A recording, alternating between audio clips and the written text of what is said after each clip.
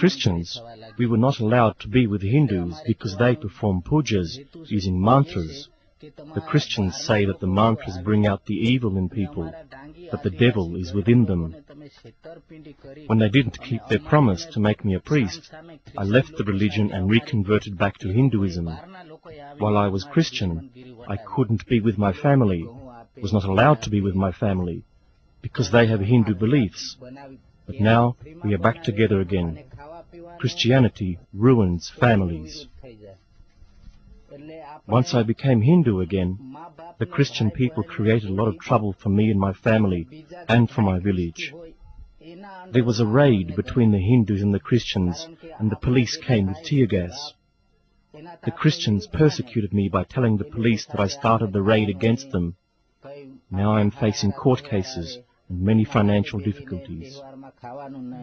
How many years were you Christian? 20 years. 20 years? I am 22 years old. I was Christian the first 20 years of my life. I have been Hindu for the past 2 years. My uncle is the Christian priest in my village. When I was Christian, my family used to eat together every day. But now that I am Hindu, my uncle never comes to my house anymore. He doesn't want to talk to me because he hates Hindus. 70% of the people in my village are Christians. We have been taught since childhood that Hindus are evil people possessed by devils and demons. We were told not to play with them or talk to them. We were not allowed to enter their homes or eat their food in case the evil entered into us. Life between Hindus and Christians is full of hate. We don't talk if we meet somewhere in the village, and we don't ever work together. If a well needs to be excavated or a road needs to be repaired, we don't even share the same well. The Christians live at one end of the village and the Hindus at the other end. In that way we don't share the roads either. I used to be very afraid of the Hindus. Our church performs healings. Every 2 weeks there will be big gatherings with other churches from the district, and priests come from abroad to speak, preach, and give healings. They tell us, amongst other things, that the power of the evil will possess us if we don't go to the church or come for these big gatherings. The church in the village next to ours gives money to the people for their conversions, so many people are tempted to accept Christianity. When I was a Christian, everybody wanted to be like the Americans. For us, the West did feel more civilized than our own culture. We thought that we were better than the Hindus.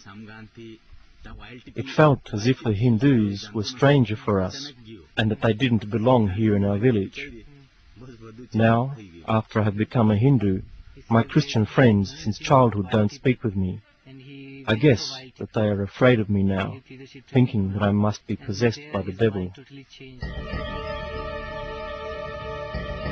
I found that there are 3 groups of Christians working in the area: the Catholics, the Protestants, and a 3rd group who masquerade as Christians, what I would say are a type of mafia extorting money and using violence against villages to further their own ends. This last group is the largest.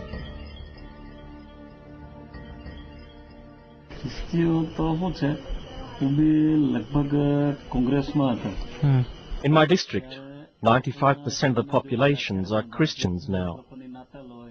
There are 17 Christians and only 4 Hindus in my political committee, so the balance of power falls with the Christians. In the last 5 years there has been an explosion of new Christians. They vote for the Congress Party, which is governed from abroad in the West. Many times I have attended big Christian church gatherings with 15 to 20,000 people. They perform healings. Sometimes I have brought a sick friend, but they will never take that person for healing. They only use people who are instructed to act sick and then pretend to be healed. They say hallelujah all the time. The Father will speak and call God and Jesus and put his hand on the sick one. Christians are told to burn and step on pictures of Hindu gods. After these meetings, the priest drinks alcohol, uses bad language, and talks about women. Many times I have been offered a Christian conversion. Many of the fathers and pastors are my friends because of my political activities. They say that I could have a new house and a good income if I convert.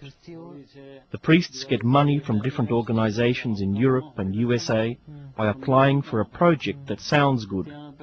Then they pocket the money.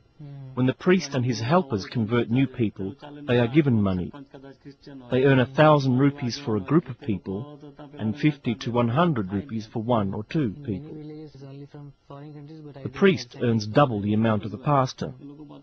The priest also gets money from every prayer he performs in the church. Every person who comes to pray in the church will put between 5 to 20 rupees in a box for the priest. A while ago, there was a report in the newspaper exposing a priest, pastor, and his helpers who took advantage of the women in a church. During prayers, the lights went out and the women were raped. It was a big scandal.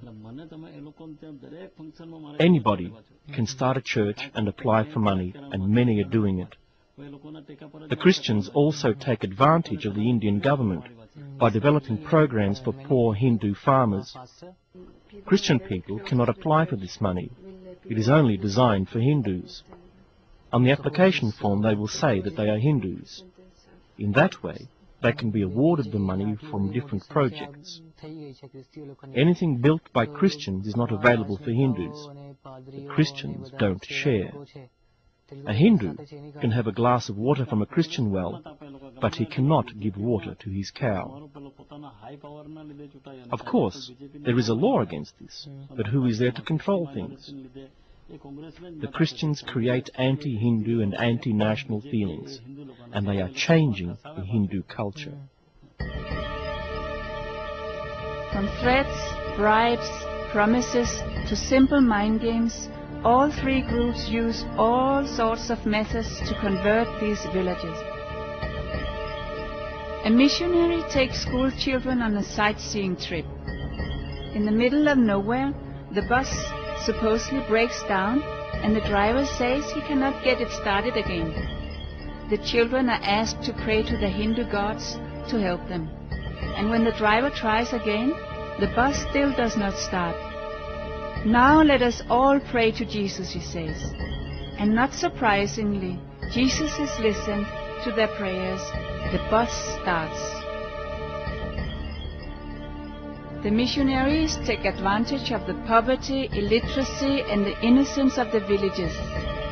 The same thing is happening not only in Gujarat, but all over India. Most of those who have been converted do not even know if they are Catholics or Protestants. They only know the name of the priest in the local church.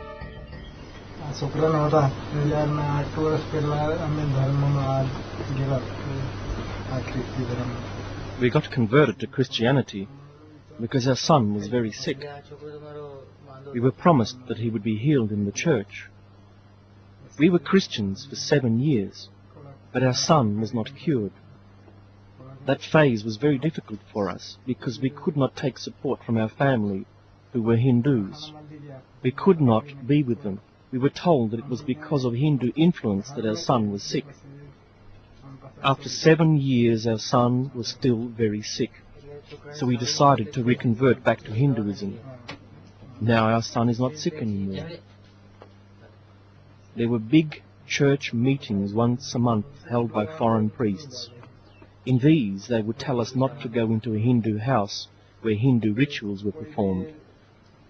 We were told not to chant Hindu mantras and not to dress in the traditional Indian way. Christian women are not allowed to wear bindis and bangles and everything else that we traditionally wear as Hindus. We should not take any food from Hindus either. We were told that we could eat meat from cows